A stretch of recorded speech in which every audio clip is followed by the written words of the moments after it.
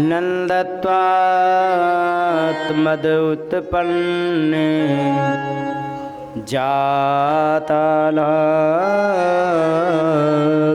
महामन आहूय विप्रान् वेदज्ञान स्नातः शुचिरलंकृतः।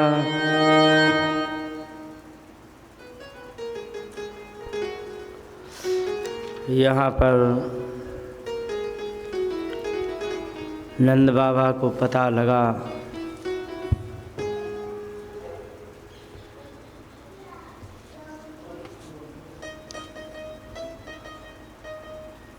कि हमारे यहाँ एक पुत्र का जन्म हुआ है, तो उनको बड़ा आनंद हुआ, जाता आह्लादः, आनंद हुआ महामना। और आहूय विप्रान वेदज्ञान, वेदज्ञानी ब्राह्मणों को बुला करके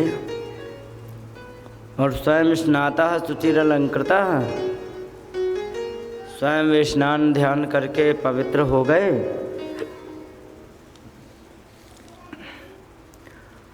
वाचयित्वा सस्तयनम जात कर्मात्मजय स्वय, उन्होंने स्वस्ति वाचन आदि कराया और जन्म संस्कार जो कराया जाता वो कराया। कार्यामास विधिवत पितृदेवार्चनम, तथा उन्होंने बड़े विधि विधान से पितरों का, देवताओं का वंदन अर्चन कराया।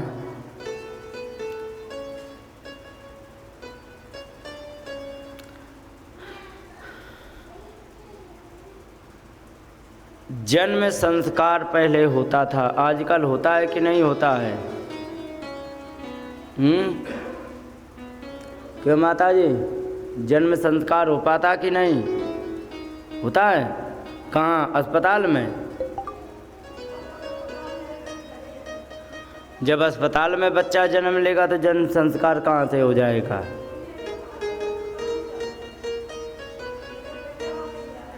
पहले के जितने संस्कार हुआ करते थे, बड़े आश्चर्य की बात है, वो संस्कार नहीं होते थे, वो एक निश्चित समय पर ये करना चाहिए वो नियम था और टाइम टेबल सब निश्चित हुआ करता था। समझ गए?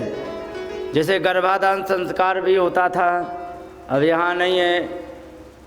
चरक संहिता में पूरा ये एक अध्याय इसके लिए अलग से दिया है चरक महात्मा ने। क्या करना चाहिए, क्या नहीं करना चाहिए, क्या खाना चाहिए, क्या पीना चाहिए, किस मंत्र का जाप करना चाहिए, उसमें मंत्र भी लिखा है चरक संहिता में। अगर जो अच्छी तरह पढ़ो, मैंने तो विधिवत उसे पढ़ा है। जन्म गर्भाधान संस्कार से जब तक जन्म नहीं हो जाता तब तक का वो वहाँ पर चैप्टर दिया गया है। घर में क्या क्या सामग्री होनी चाहिए, माता को क्या क्या खिलाना चाहिए, कब कब क्या कैसा खिलाना चाहिए। आपको पता है, आश्चर्य की बात ये है कि आज के 25 साल पहले तक की जो भी दाई हुआ करती थी ना, उस सारी विधि वही करती थी जो कि चरक संहिता में लिखा है। समझ गए? हाँ। और उस दाई को कहते थे कि वो तो अनपढ़ है, वो क्या जाने। और आज उसको नकार दिया गया था। उन्होंने भी अपने जब काम बंद हो गया तो बालक बच्चे तो सबको पालने हैं, तो उसने दूसरा काम पकड़ लिया, क्योंकि काम तो कुछ ना कुछ करना पड़ेगा। क्योंकि एक दाई एक जात होती है, तुम्हें पता है क्या कहते हैं उसे? हैं? वो जात होती है एक। तुम्हारे यहाँ धानका बोलते शायद, है ना? तुम्हारे यहाँ धानका बोलते हैं, हमारे यहाँ धानों के यहाँ कठेरिया बोलते हैं। उनका काम यही हुआ करता था और पूरी विधि वही बताते थे। और आश्चर्य की बात मुझे कैसे पता है, हमारे मामा के यहाँ लड़के का जब जन्म हुआ था तो जो भी सामग्री आई थी, और जब मैंने वही 20 साल बाद जब मैंने चरक संहिता में पढ़ी तो जैसी की तैसी वही मिली। लेकिन आजकल क्या हो रहा है, अस्पताल में बच्चे जन्म ले रहे हैं और वहीं बता देते ये टेबलेट खा लो, वो टेबलेट खा लो, वो टेबलेट होता है कि नहीं। बाकी काजू मखाने इनके लिए कौन कहता, तो मुझे तो पता नहीं है कौन डॉक्टर बोलता है, समझ गए। और आपको पता है जो अंदर माता का गर्भाशय अच्छी तरह साफ हो जाए, इसके लिए मुझे तो पता नहीं है कि आजकल मॉडर्न ज़माने में क्या किया जाता था। पहले के पुराने ज़माने में आज भी बहुत ज़्यादा इफ़ेक्टिव है कि गर्म पानी में थोड़ा सा उसी में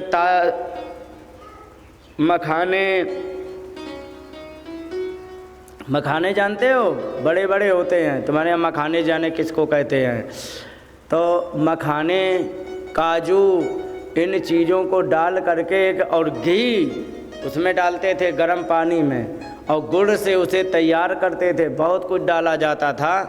और वो इतना प्रभावी होता है, इतना प्रभावी होता है कि गर्भाशय यदि साफ़ नहीं हुआ हो 2 घंटे में साफ़ हो जाएगा। आपको एक बात और बता दें, कभी कभी बच्चा किसी का खंडित हो जाए और अगर जो उसको 1 कप पानी और 1 चम्मच घी डाल करके अच्छी तरह उबाल के और वो यदि पिला दिया जाए चाय की तरह, 2 घंटे में बिल्कुल गर्भ साफ हो जाएगा बिना किसी डॉक्टर के। और ये कभी भी प्रैक्टिकल कर लो, बड़ा अच्छा रिजल्ट है, कोई दिक्कत नहीं आती। तो ये चीज़ें हैं। तो आजकल वहाँ है कि नहीं तो कुछ पता नहीं, सारी संस्कृति बर्बाद हो गई। गर्भाधान के बाद होती थी पुंसवन संस्कार, यह 2-3 महीने में किया जाता था, जिससे कि उसके गर्भ में उसको पुंसवन संस्कार आदि किया। बड़ा लंबा विधान है, सारी विधान को बताएंगे तो बड़ा लंबा हो जाएगा। एक सीमंतोन्नयन संस्कार होता था जो गर्भाधान के 6 से 8 महीने के अंदर होता था। फिर जात कर्म संस्कार होता था जो जन्म लेने के बाद होता था,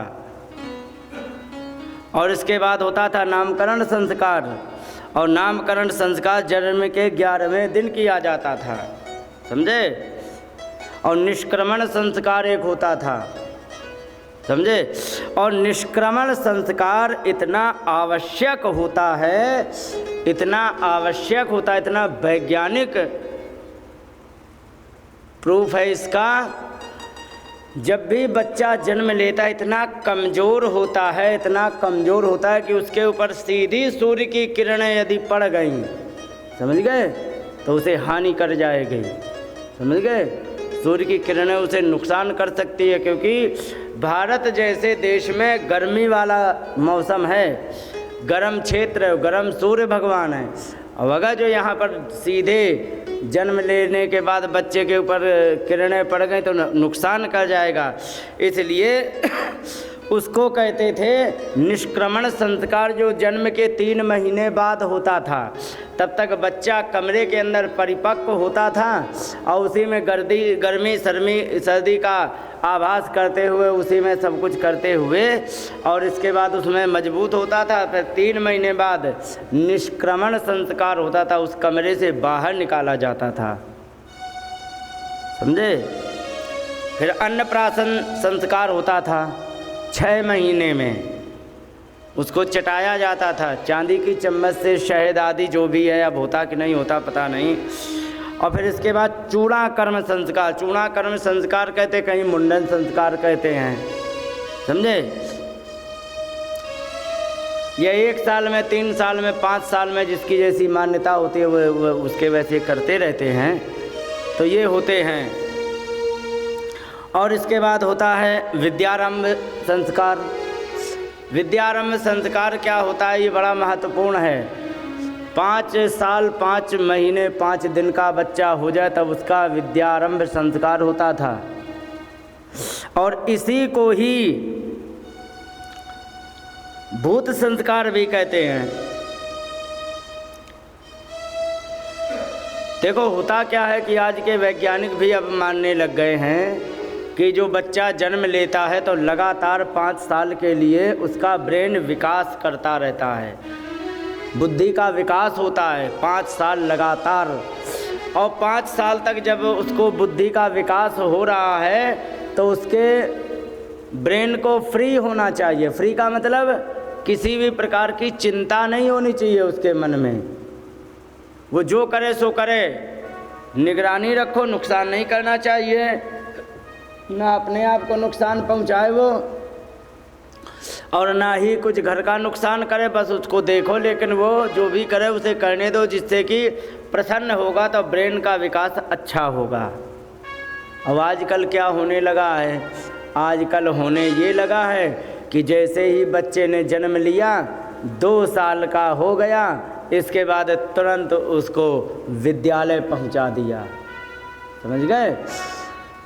और विद्यालय पहुंचाने से क्या होता है कि क्योंकि पहले जाएगा तो एक नया विचित्र देखेगा कि ये क्या चीज़ होती है विद्यालय। हम भी जाएंगे तो पहले दिन बहुत शौक से जाएगा, दूसरे दिन चला जाएगा, ठीक है जाएंगे, और तीसरे दिन थोड़ा उदास होके जाएगा, चौथे दिन से ही उस बच्चे को वो विद्यालय जेल जैसा लगने लग जाता है।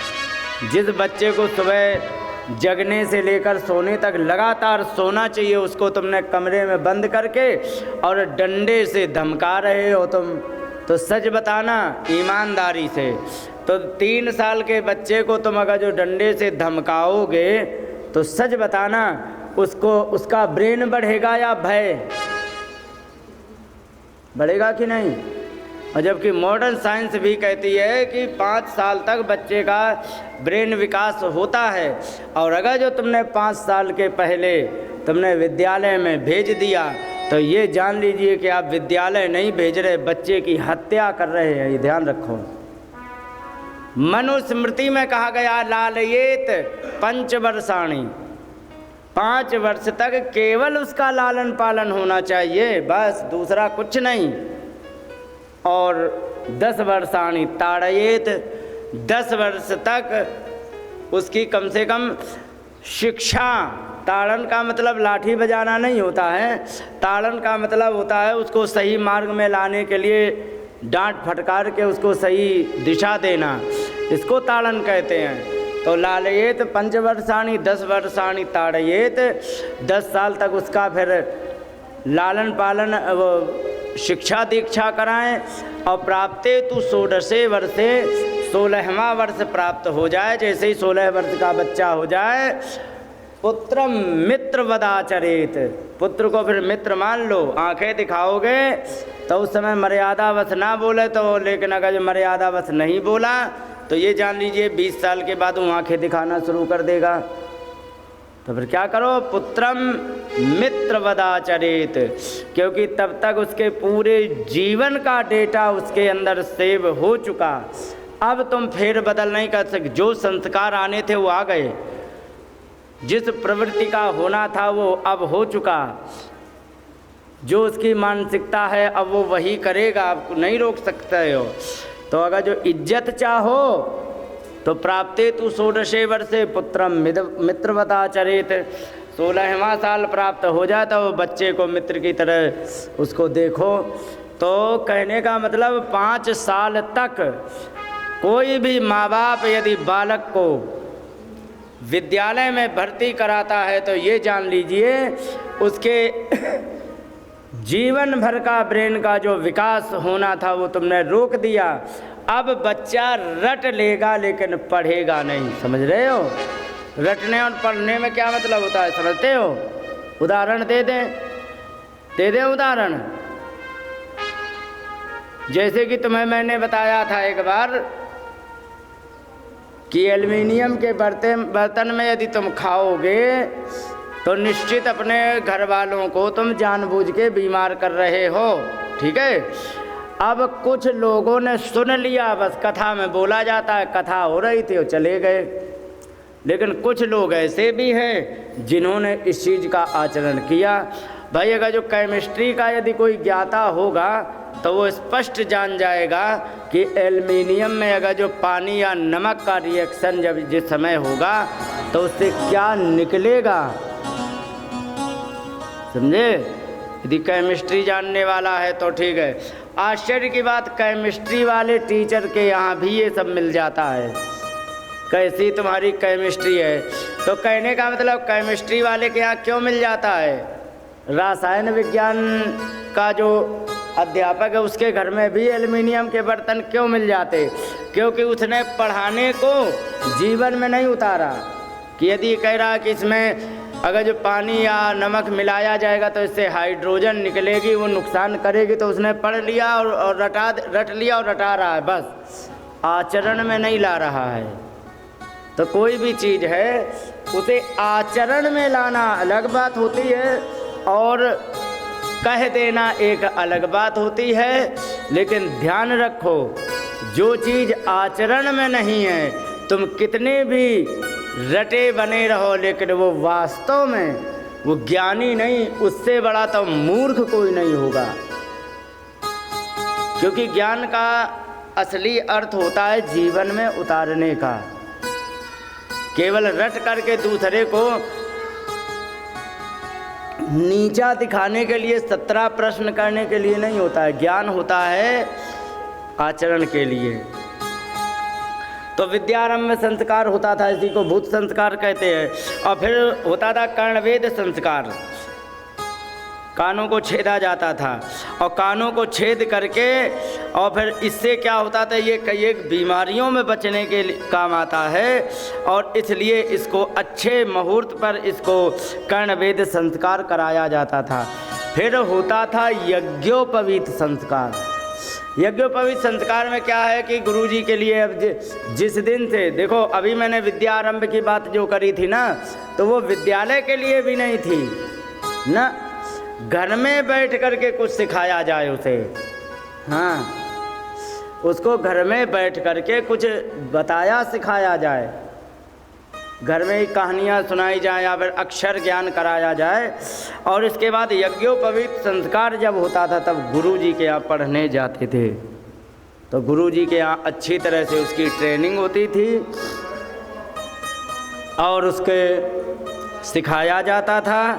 और इसके बाद उसी में वेदारंभ संस्कार होता था और जो गुरुकुल में भेज करके उसे 7 साल की उम्र के बाद उसको वेद का अध्ययन वगैरह कराया जाता था। तो ये वेदाध्ययन संस्कार होता था और एक केशांत संस्कार होता था। तो गोवर्धन बाबा को 56 भोग सबको लाना था, लाए कि नहीं लाए, तो यहीं पे अब आप रख दो। कोई टोकरा लेके आ जाओ भाई इनका भोग के लिए, अभी यहीं रख दो, फिर बाद में देखेंगे, ठीक है।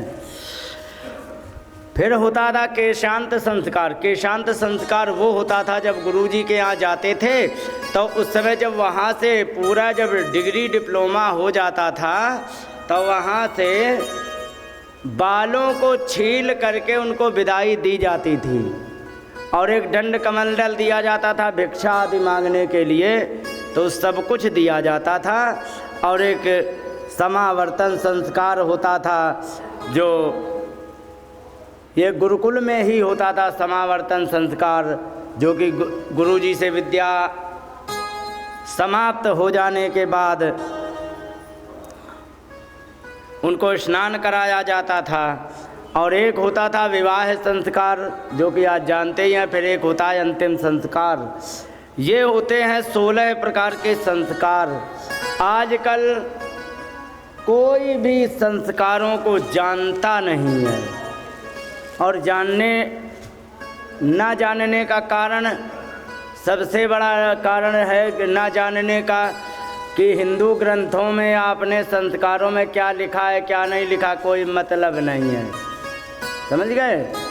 और अगर जो कोई कथा भागवत या सत्संग प्रवचन के माध्यम से कोई सुनाना भी चाहे तो ये आएंगी बूढ़ी बूढ़ी, जिनको 1-2 साल बाद नदी पे कछुआ इंतज़ार कर रहे हैं।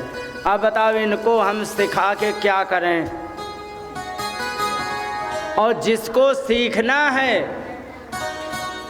सीखना है वे आते नहीं हैं, इसीलिए सारी परंपराएं खत्म हो गईं। जिसको ज्ञान चाहिए नहीं है, जिसको ज्ञान समझ में नहीं आता है, वो आ जाते हैं कथाओं में। कथाओं में जब ज्ञान दिया जाता है तो उन्हें ज्ञान चाहिए नहीं है, उन्हें भगवान का भजन चाहिए। और तो इनको ज्ञान चाहिए नहीं तो इन्होंने लिया नहीं, जिसको ज़रूरत थी वे आए नहीं, पता लगा कि दोनों तरफ से चले गए। इसीलिए मनुष्य आज पशु की तरह जी रहा है। और आश्चर्य की बात सुन लो, पशु की तरह यदि जी रहा है तो मर भी पशु की तरह रहा, तड़प तड़प के। समझ रहे हो क्यों मर रहा है? क्योंकि जीवन को खतरे में डालने का किसी का कोई दोष नहीं है, केवल हमने या हमारे घर वालों ने ही हमारे जीवन को खतरे में डाला है। कारण बता दें, अपनी परंपराओं को भूल करके, क्योंकि परंपराएं कोई वैसी नहीं है। परंपराओं में इतना गहरा विज्ञान था कि तुम्हें लंबा जीवन जीने के लिए प्रेरित करता था। आजकल लंबा जीवन नहीं है, शॉर्ट जीवन रह गया है। शॉर्ट जीवन का कारण और कुछ भी नहीं है, केवल शास्त्रों का ना अध्ययन करना। समझ गए? और जो आश्चर्य की बात बता दे तुम्हें, ज्ञान का प्रचार हो क्यों नहीं रहा है? एक और कारण सुनो। मैंने बहुत से कथाकार ऐसे देखे हैं कि कथाएं रट करके 3 घंटे की कथा रखेंगे और जो मर्जी है कथा भागवत या राम कथा के नाम पर बैठ जाएंगे। राम कथा तो ये चौपाई है, सरल है, कर लेते। भागवत की कथा के नाम पर बैठ जाएंगे। सेठ सेठानी अपनी तुम्हारी बातें सुनाते सुनाते 3 घंटे बातें कर कर के टाइम पास कर देते हैं, लेकिन ज्ञान की बात है, शास्त्र की बात है, वो नहीं सुनाएंगे। तो जब भागवत करने बैठे तो भागवत ही नहीं जानते हो तो अन्य शास्त्रों की तो बात तो तुम किनारे कर दो। समझ गए? जो धर्माचार्य बनते हैं ठेकेदार, उन्होंने वे स्वाध्याय अध्ययन नहीं करते, और जो जिसने किया है उसकी तुम सुनते नहीं हो। इसके भी पीछे कारण बता दें, तुम लोगों को तमाशा और आडंबर पसंद हो गया है। जितने तुम टीवी में देखते हो ना, ये व्याकरण की दृष्टि से एक भी ऐसे, एक हमारे यहाँ गिरीशानंद महाराज थे अखंडानंद आश्रम में, वे उन्होंने जो कहा वो मैं बता दूं। गिरीशानंद महाराज कहते थे कि जितने टीवी में आते हैं सब के सब अनपढ़ आते हैं। समझ गए? आते क्यों हैं? बस झूठ फ्रॉड बोल करके सेठ सेठानी पटा लिए और मात्र 10 लाख रुपए तुम दे देते, तो 10 लाख रुपए तुम्हें अगर जो दे देते तो यहीं पर पूरे टीवी चैनल का सेटअप लगा होता, वहाँ पर गाड़ी खड़ी होती जो सीधे सैटेलाइट पर भेज रही होती, और यहाँ कमरे के डंडा लटके होते जो आगे पीछे हो रहे होते, और बस ये है। और आश्चर्य की बात ये है कि जितने धोखेबाजी देने वाले हैं वे सब के सब टीवी में आ गए, और जो वास्तव में ज्ञानी हैं उनको कोई टीवी में नहीं आने दे रहा है। समझ गए? तो ये समस्या आ गई है कि तुम्हें तमाशा में आनंद आने लगा, तो तमाशा में तो भाई ज्ञान नहीं मिलेगा, तमाशा मिलेगा। और जहाँ ज्ञान मिलेगा वहाँ तुम जाते नहीं हो। और जिसे ज्ञान चाहिए है वो तो बिल्कुल भी नहीं जाता है। और इन संस्कारों का बहुत बड़ा महत्व है, क्योंकि इन संस्कारों में ये दिखाया गया है, एक तरह से डायरेक्ट नहीं तो इनडायरेक्ट ये बताया गया है कि कौन सा कर्म कब करने से क्या लाभ होगा। तो ये बताया गया, जैसे विद्या आरंभ कराने की बात करें तो तब तक ब्रेन का विकास हो चुका होता है, विद्या ग्रहण करने की क्षमता आ चुकी होती है 5 साल के बाद, 7 साल के बाद। लेकिन अगर जो उसके पहले तुम सिखाओगे तो कुछ नहीं। मैंने नीम का थाना में देखा, 2-2.5 साल का बच्चा चल नहीं पा रहा था ढंग से, लेकिन पीठ पर बैग लदा था और ले जा रही थी। क्या दुर्दशा हो गई है तुम्हारी अज्ञानता के कारण, क्या तुमने अपना सत्यानाश किया है, इसका कोई जवाब नहीं। अभी भी सुधर जाओ तो अभी भी कुछ नहीं बिगड़ा है, लेकिन आशा ही नहीं बल्कि पूर्ण उम्मीद है, क्या तुम कभी नहीं सुधरोगे। समझ गए? क्योंकि कह के चले जाते हैं आरती ले लेंगे, दान दक्षिणा कर देंगे, लेकिन ये नहीं पता है कि जीवन को बदलने के सूत्र बताए जाते हैं, उनको याद भी रखना होता है, जीवन में आचरण भी करना पड़ता है। समझ गए? तो शास्त्रीय विधि जब से चली गई तब से जमादार से लेके ब्राह्मण तक, गरीब से लेके हाई प्रोफाइल तक, सब की सब प्रवृत्ति एक जैसी हो गई। समझ गए? सब की एक जैसी प्रवृत्ति। जो छोटा वर्ग का व्यक्ति है वो भी सुबह उठेगा, नहाए धोएगा, अपने काम में जाएगा, लौट के आ जाएगा, और इसी क्रम से जीवन चल रहा है। इसी हाई प्रकार के सब का सब एक जैसा जीवन होने पर, जबकि सबका अलग अलग कर्म है। ब्राह्मण का कर्म था पहले। अच्छा एक बात है, पहले की जो बूढ़ी बूढ़ी तुम्हारी जैसी माताएं रही होंगी, जो तुम्हारी माताएं रही होंगी, इनको बहुत सी ऐसी परंपराएं मालूम होंगी। मालूम है वो कहाँ से होती थी? क्योंकि पहले के कथा भागवत करने वाले वे अध्ययन करते थे, और अध्ययन करके तुम्हें ज्ञान सिखाते थे, और पहले मानते भी थे। मानते क्यों थे? इसके पीछे कारण था। मान जाने के पीछे का सबसे बड़ा एक कारण ये था कि पहले के व्यक्ति ज़्यादातर अनपढ़ होते थे, तो अनपढ़ होते थे तो उनसे जब बताते थे तो कि हाँ, पहले दो की बात बहुत मानी जाती थी, एक वैद्य की, एक पंडित की। मानी जाती थी कि नहीं? एक वैद्य की और एक पंडित। अरे पंडित जी ने कहा, माने पंडित जी ने कह दिया तो ब्रह्म वाक्य हो गया। आजकल पंडित जी ने कह दिया तो मान लो कुत्ते ने भौंक दिया। ये स्थिति आजकल हो गई है, इतनी श्रद्धा हो गई है। और जबकि रेफरेंस लेके बता रहे कि इस ग्रंथ में ये लिखा, इस ग्रंथ में, लेकिन सुधार का नाम नहीं है। और ध्यान रखो, शास्त्र में एक बात और कही गई, सबसे प्रथम धर्म होता है शरीर को सुरक्षित रखना। क्योंकि भजन करोगे, तीर्थ करोगे, दान करोगे, जो भी करोगे शरीर से ही कर पाओगे। कभी भूत प्रेत को देखा है कभी दान करते हुए? जो व्यक्ति चला गया उसको दान करते देखा है? परिक्रमा लगाते देखा है? यज्ञ करते देखा है? क्योंकि सबसे पहला धर्म होता है शरीर की सुरक्षा करना। और आश्चर्य की बात यह है कि सबसे पहले धर्म जो शरीर की सुरक्षा करना हुआ करता था, उसका जो तुमने सत्यानाश किया है ईमानदारी से, इसका कोई जवाब नहीं है। बड़े आश्चर्य की बात है। एक बात और बता दें क्या किया गया है। गौ माता और एक तुलसी, एक ये दो चीज़ें ऐसी होती हैं, यदि तुम्हारे घर के अंदर है, ठीक है, तो तुम्हें किसी भी प्रकार की कोई भी दवा खरीदने की आवश्यकता ही नहीं पड़ेगी। यहाँ तक कि बम के रेडिएशन से भी तुम्हारी गौ माता सुरक्षा कर लेगी। ध्यान रखो। माता कोई वो ले आओ, ऐसे कैसे हाथ पैर लग जाएगा तो सब दिखा जाएगा ना। बढ़िया कहे को यहाँ पर तुम अभी और लेके आ जाएंगे। अभी कोई टोकरा वगैरह ले आओ, यहीं किसी पंडित जी से ले आओ, उसमें रखो, क्योंकि यहाँ रखोगे सब गिर जाएगा, है ना। हाँ लेके आ जाओ। तो कहने का मतलब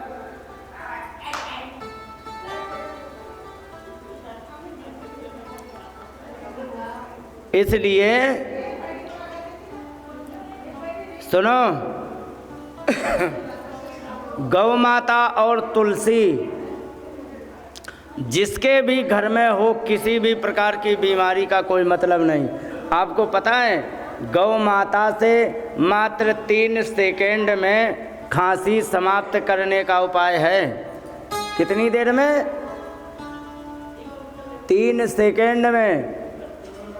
और मात्र 10 मिनट में कंप्लीट जुकाम ठीक करने का उपाय होता है। कैसा भी कोई भी बुखार हो, कितना भी बड़ा, 2 घंटे के अंदर बुखार ठीक करने का उपाय तुलसी माता के पास है। समझ गए? किसी को खांसी आ रही हो, बच्चे को आ जाए, चाहे बड़े को, चाहे बूढ़े को, चाहे छोटे को, चाहे बड़े को, बच्चे को खांसी आ रही है तो एक चम्मच जो खाने वाली चम्मच है उसके मुंह में डाल करके गौमूत्र पिला दो, मात्र 3 सेकंड में खांसी समाप्त हो जाएगी, पता है। लेकिन अगर जो खांसी आ गई तो डॉक्टर के पास भागेंगे, गौ माता को तो लाठी मार के भगा दिया है घर से। और जुकाम हो जाए, खूब नाक टपक रही हो, लाल नाक हो गई हो, आवाज़ बंद हो गई हो, सिर चढ़ा हुआ हो, 1 कप गौमूत्र पी लीजिए, 10 मिनट लेट जाइए, 10 मिनट के बाद आपको लगेगा कि अरे मुझे कब हुआ था जुकाम। आपको क्या बताएं, टीबी तक के लिए 2 महीने तक कोर्स करो, टीबी का रोग, डॉट्स वगैरह जो ली जाती हैं टीबी में वो ख़त्म। सांस की बीमारी में मात्र 15 दिन में ठीक हो जाता है गौमूत्र पीने से। और ऐसी गौमूत्र 25 तुलसी की पत्ती लेकर के उबाल करके यदि तुम पी लो, अच्छी तरह उबाल के पी लो, तो कैसा भी बुखार हो मात्र 2 घंटे में ठीक करता है।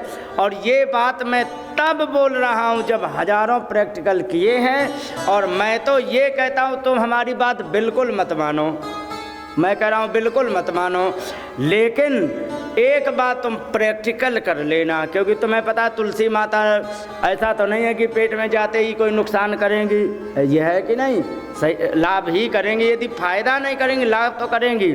और तुम्हें बुखार में एक बार तुम पी करके देख लेना, 2 घंटे के अंदर ऐसा बुखार उतरेगा जिसका कोई जवाब नहीं।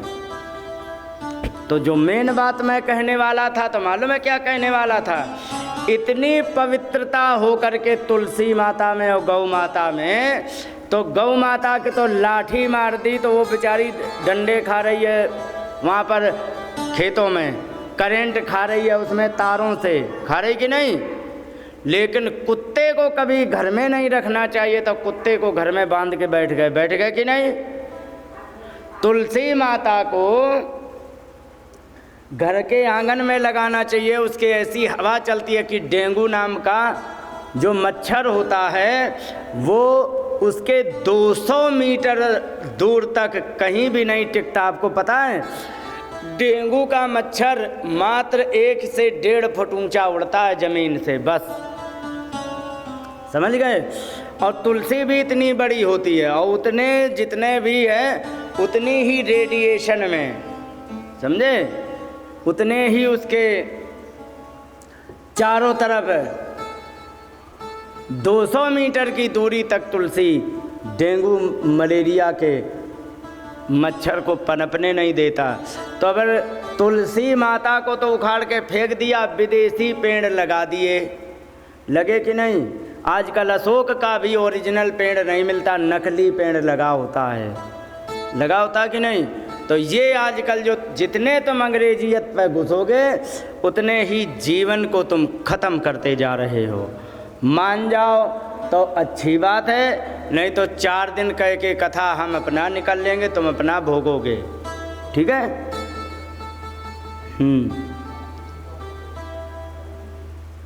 क्योंकि मैंने इतना कहने के पश्चात भी वही गलतियां होते दोहराते हुए मैंने देखा। ना मानो तो मत मानो, मेरा क्या जाएगा।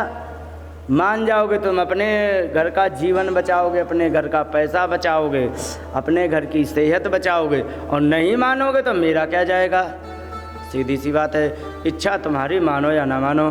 बोलिए गोविंद भगवान की जय। तो ये जो 16 संस्कार होते थे इसके पीछे बहुत बड़ा विज्ञान होता था, और ये 16 संस्कार बुला दिए तो फिर कोई बात नहीं। बोलिए श्री राधा वल्लभ लाल की जय।